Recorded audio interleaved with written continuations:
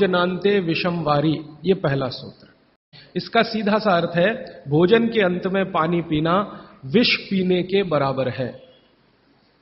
सूत्र ये है भोजन अंते, भोजनांते, आप जानते हैं संस्कृत में मिला के कहने की परंपरा है। भोजन अंते माने भोजन के अंत में, भोजनांते विषम वारी, विष समझते हैं आप जहर, जहर जैसा क्या है? पानी। भोजन के अंत में पानी जहर के जैसा है, विष के जैसा है, यह सूत्र है। अब इसको थोड़ा व्याख्यायित करता हूं ताकि समझ में आए। भोजन के अंत में पानी विष के जैसा है, यह बात वो कह रहे हैं। इसको समझना चाहिए कि क्या कह रहे हैं। सूत्र उतना ही है, समझने के लिए मैं आपको बहुत उदाहरण दूंगा ताकि आप जल्दी पता कर पाएं। भागवत जी ने एक सूत्र में यह कहा है कि हमारा जो शरीर है, इसका जो मुख्य स्थान पेट है, इसमें एक स्थान होता है पेट के अंदर, नाभि, लेफ्ट साइड में, नाभि से थोड़ा ऊपर जहां मेरा हाथ रखा हुआ है, इस स्थान को कहते हैं जठर। संस्कृत में कहते हैं जठर, हिंदी में कहते हैं आमाशय। जठर, आमाशय, अंग्रेजी में चाहे तो एपिगैस्ट्रिकम। तो ये जो जठर स्थान है, भागवत जी कहते हैं कि इसमें अग्नि प्रदीप्त होती है, उसी को कहते हैं जठराग्नि। जठर अग्नि, जठराग्नि। तो वो कहते हैं कि जो आपका जठर स्थान है, इसमें अग्नि प्रदीप्त होती है, और भोजन जो कुछ भी आप करते हैं वो पहले जठर में ही जाता है, आमाशय में इकट्ठा होता है, वहां अग्नि प्रदीप्त होती है। वो अग्नि भोजन का पाचन करती है। यह है महत्व की बात।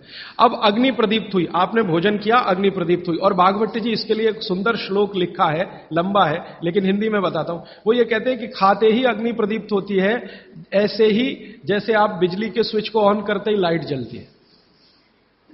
ये ऑटोमेटिक है, अपने आप होती है।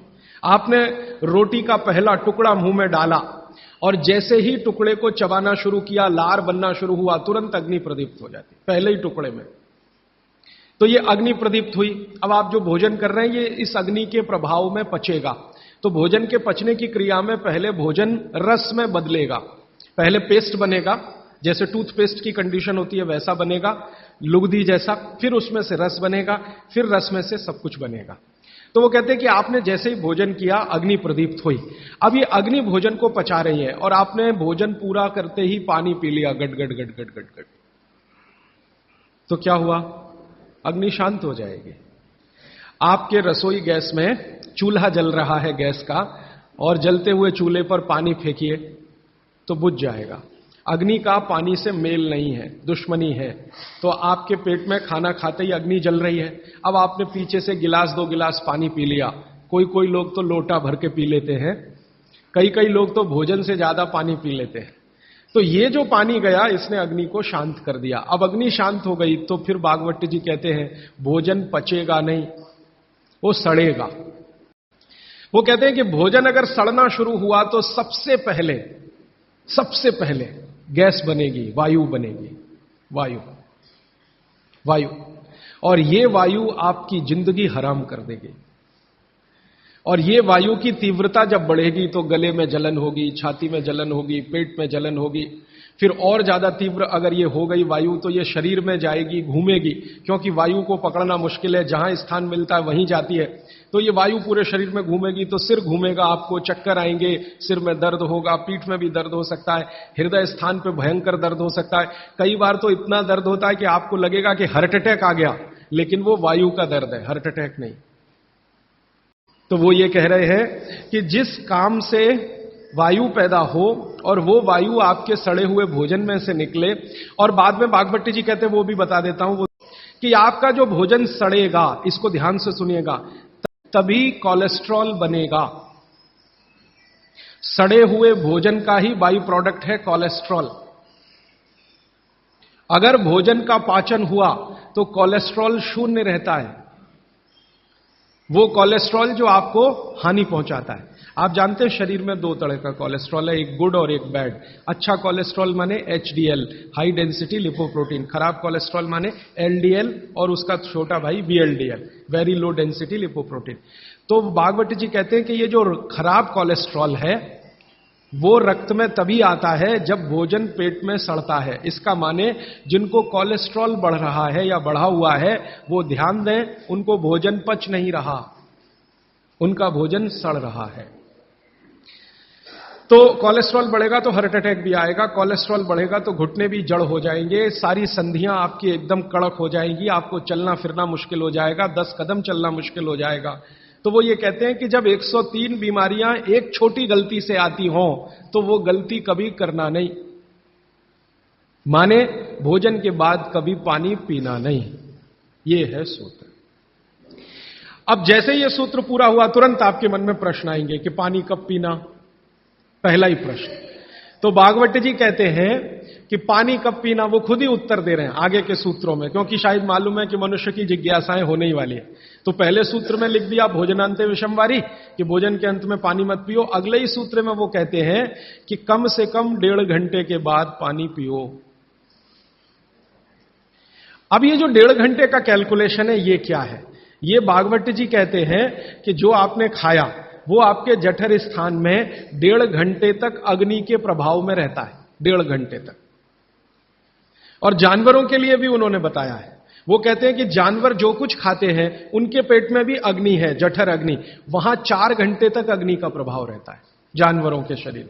मनुष्य शरीर में 1 से 1.5 घंटे का उन्होंने बताया, और 1 से 1.5 घंटे का वो बताया है तो अलग अलग क्षेत्र के हिसाब से।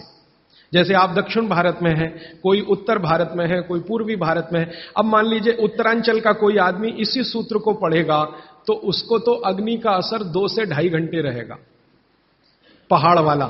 लेकिन आपके लिए मैं बात कर रहा हूं तो 1 से 1.5 घंटा। तो वो कहते हैं कि 1 से 1.5 घंटे पेट में अग्नि का प्रभाव है। जब तक अग्नि का प्रभाव है पानी मत पियो, क्योंकि पानी पीते ही अग्नि बुझेगी। अग्नि का काम है भोजन को पचाना, पचेगा नहीं तो सड़ेगा, सड़ेगा तो 103 रोग पैदा करेगा।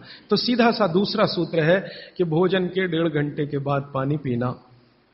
ठीक है, अब आप भोजन कर लिया तो गला साफ करने के लिए थोड़ा 1-2 घूंट और पी लेना, गला साफ करने के लिए। पानी पीने के लिए नहीं है, वो गला साफ करने के लिए। अब आपके मन में तुरंत एक प्रश्न आएगा कि भोजन के अंत में क्या पीना? फिर पानी तो नहीं पीना, 1.5 घंटे तक तो नहीं पीना, तो कुछ पी सकते हैं। तो भागवत जी ने 3 चीजें बताई हैं, उसके लिए पूरा सूत्र लिखा है कि भोजन के अंत में सबसे अच्छी चीज जो पीने के लिए है वो है छाछ, वो है मट्ठा, दही का तक्रम। जो शब्द उन्होंने इस्तेमाल किया वो तक्रम, तक्रम माने यही है लगभग छाछ मट्ठा के आसपास की चीज, तक्रम। वैसे तक्रम की उन्होंने परिभाषा दी है कि दही को खूब अच्छे से मथने के बाद उसका मक्खन जो निकल गया तो मक्खन निकालकर जो बचा वो तक्रम। मक्खन रह गया तो वो लस्सी, लस्सी पीने के लिए नहीं कह रहे, तक्रम की बात है। तो आप भोजन के बाद जो सबसे अच्छी चीज पी सकते हैं वो है छाछ, वो है मट्ठा। मट्ठा शब्द एकदम अच्छा है, हिंदी का शब्द है, शायद आप सब समझते हैं। गुजराती हैं तो छाछ आप अच्छे से समझते हैं। तो छाछ पिए या मट्ठा पिए, ये सबसे अच्छी चीज। दूसरी सबसे अच्छी चीज उन्होंने बताई है वो है दूध, दूध दूसरी सबसे अच्छी चीज। और तीसरी सबसे अच्छी चीज बताई है फल का रस, कोई भी फल का रस, लेकिन वो कह रहे हैं मौसमी फल का रस। जिस मौसम में जो फल आता है उसका रस, माने मौसम के विरुद्ध के फल नहीं। आज का मौसम आम का नहीं है तो आम का रस अभी पिए तो नहीं चलेगा। आज का मौसम गन्ने के रस का है तो गन्ने का रस ही पिए। थोड़े दिन के बाद संतरे के रस का मौसम आ जाएगा तो संतरे के रस का। भागवत जी कहते हैं कि जो चीज प्रकृति ने जिस समय में प्रचुर मात्रा में उपलब्ध कराई हो उसका रस। तो आप ये कहें कि कोल्ड स्टोरेज से लाया हुआ संतरा और उसका रस निकाला या मौसमी का रस, ये सर्वनाश करेगा, सत्यानाश नहीं सर्वनाश करेगा। वो ये कहते हैं कि भगवान ने और प्रकृति ने आपके शरीर के हिसाब से सारी चीजों को सेट किया है।